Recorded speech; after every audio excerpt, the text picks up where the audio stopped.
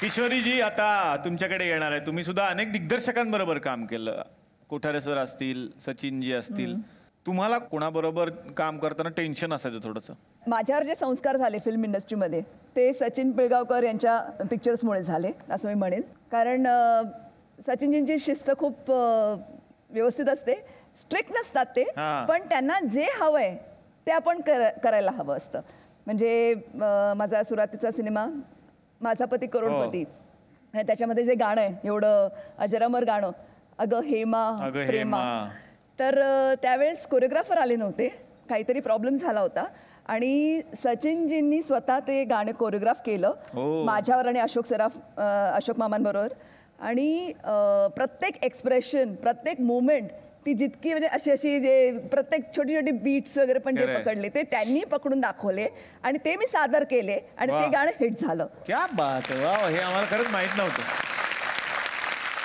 Sir हा घ्या. माझी एक रिक्वेस्ट होती ऍक्च्युली. बोला, कोणाला करायची? किशोरी ताईंना. किशोरी शाणे यांना. ताई आम्ही खूप फॅन आहे तुमचे.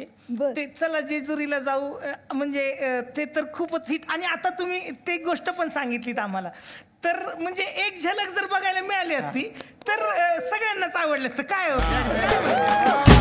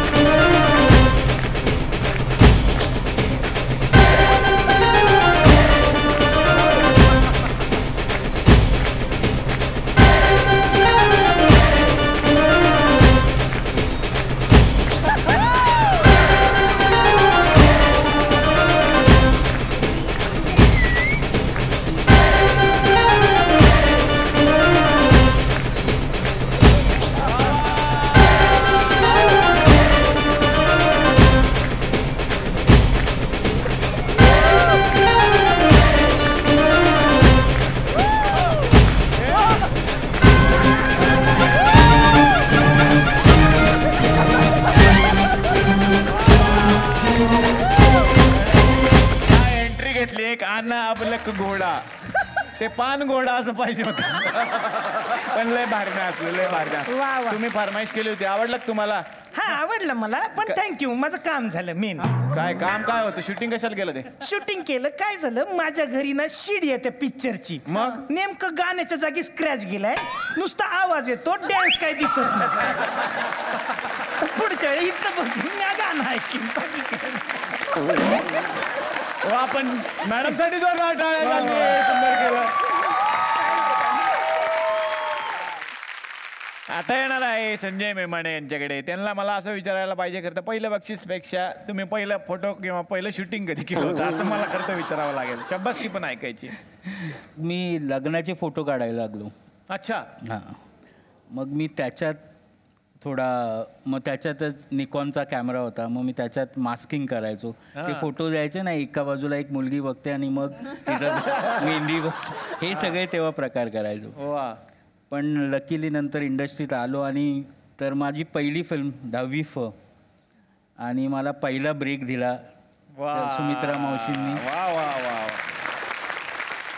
आणि त्या फिल्मला मला अवॉर्ड मिळालं. क्या बात है. वा वा. आता मी येणार आहे धनंजय कुलकर्णी सरांकडे. सर, तुम्हाला आठवतंय का पहिलं बक्षीस किंवा पहिली शाबासकी? माझं गाव महाबळेश्वर. अच्छा. आमच्या गावामध्ये सिनेमा हॉल नव्हता. हां.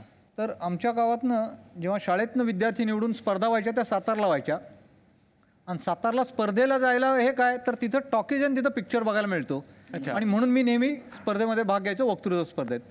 आणि 5वीत असताना मी पहिल्यांदा सातारला गेलो आणि त्यावेळी वक्तृत्व स्पर्धेत हे मिळालं मला बक्षीस.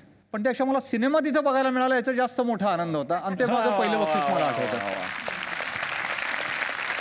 संजय सर, मला म्हणजे थोडंसं हॅपी न्यूज आहे. मी थोडा कॅमेरा घेतला तर मला म्हणजे तुमच्या हस्ते उद्घाटन करायचं होतं. येऊ का सर तिकडे?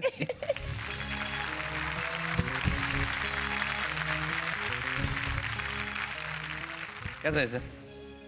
एक दोन फोटो काढा ना सर. म्हणजे माझी इच्छा होती बरेच दिवसाची मेमने साहेबाच्या हस्ते 1-2 फोटो. कोणाचं काढायचं? माझं सर दुसरं कोण आहे स्मार्ट एवढं इथं? एक मिनिट थोडा खर्च केला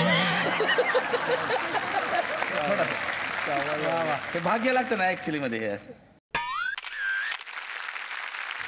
इतका खर्च करून पहिल्यांदा आलो सर स्टेजवर मी. अरे सर आता म्हणजे हे काढले तर याच्यातच राहतात हा, काय? याच्यातच या ना राहणार. अशी इकडे सर याच्यातच राहतात हे पूर्ण. याच्यातच राहणार. म्हणजे साधारण किती फोटो आपण काढू शकतो याच्यात? त्याच्यावर तुमची चिप किती जीबीची आहे त्याच्यावरती आहे. 16 GB 32 GB. म्हणजे 16 फोटो काढू शकतो. 16 फोटो नाही हो. मग ते रोलचा कॅमेरा का 16 GB म्हणजे भरपूर काढू शकतो. 1001. अच्छा. आणि मग ते मग आपण जास्त झाले समजा तर कुठं आपण ह्याच्यात टाकायचे असतं कम्प्युटर वगैरे मध्ये तर टाकू शकतो. लॅपटॉपमध्ये टाकू शकता. मग ते कसं राहते त्याची? त्याची चिप काढायची आणि डाउनलोड करायची. तुम्ही घेतलाय ना तुमचा कॅमेरा आहे तुम्हाला माहित पाहिजे ना काहीतरी तुमचा आहे ना. नाही मग मी कुलकर्णी साहेबाच्या गाडीतून ढापला कॅमेराशी त्यांनाच कसं विचारा म्हणून यांना विचारतो. पण तुम्ही फोटो काढले सर थँक्यू सर. त्यांच्या समोर डापला लाज नाही वाटत तुम्हाला. नाही समोर नाही मागे ढापला गाडीत. जावा तुम्ही आता.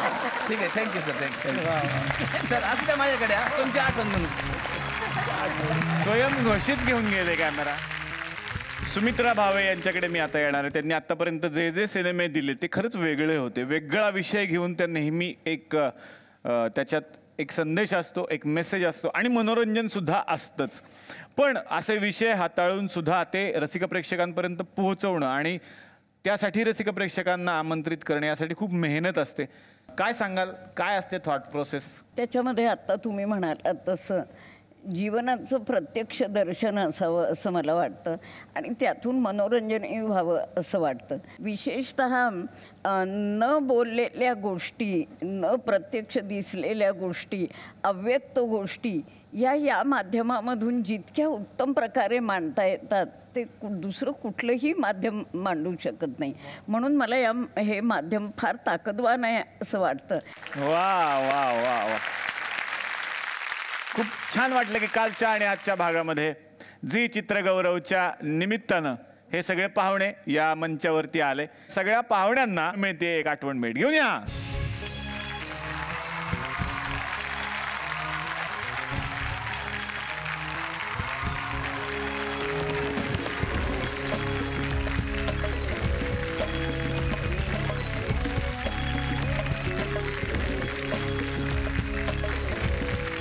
तर आपण भेटणारच आहोत पुढच्या आठवड्यात नवीन विषयासह याच कार्यक्रमात ज्याचं नाव आहे चला हवा उद्या महाराष्ट्र दौरा.